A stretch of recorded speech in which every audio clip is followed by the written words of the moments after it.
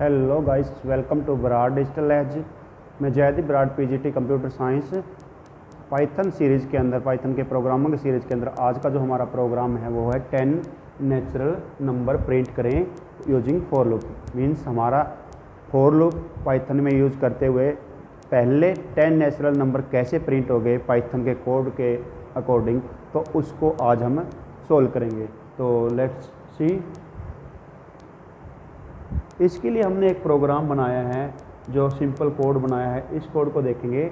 इसके अंदर जो कोड बनाया है, हमने बनाया है 10 natural number using for loop. ये हमारा 10 है, 10 natural number using for loop. तो सिंपल प्रोग्राम है।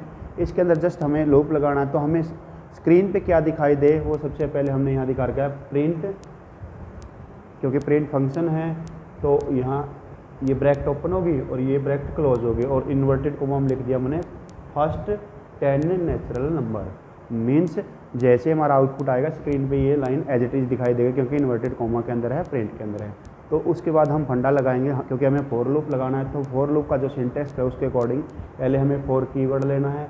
उसके बाद हमने जो वेरिएबल लिया है जिसके थ्रू हम प्रिंट करवा रहे हैं, तो वो लिया है आई। कौन सा लिया है हमने?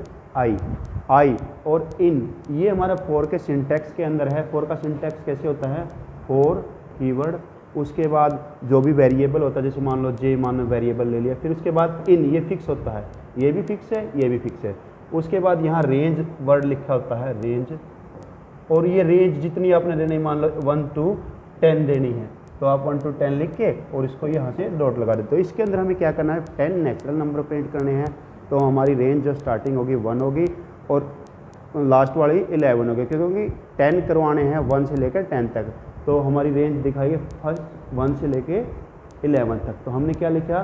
फॉर आई इन, ये फिक्स है हमारा इन, रेंज कीवर्ड, उसके बाद ब्रैकेट ओपन करके और ब्रैकेट क्लोज करी। इसमें फर्स्ट लिखा 1 इनिशियल और बीच में कॉमा और फिर 11, ब्रैकेट बंद करके ये 2 कॉलन लगा दिया, और फिर लास्ट में हमने क्या करवा दिया? प्रिंट आई, ब्रैकेट के अंदर प्रिंट आई करवा दिया, कॉमा लगा के and equal to semicolon में स्पेस दे के। इससे क्या होगा? एंड और इक्वल टू लाइन।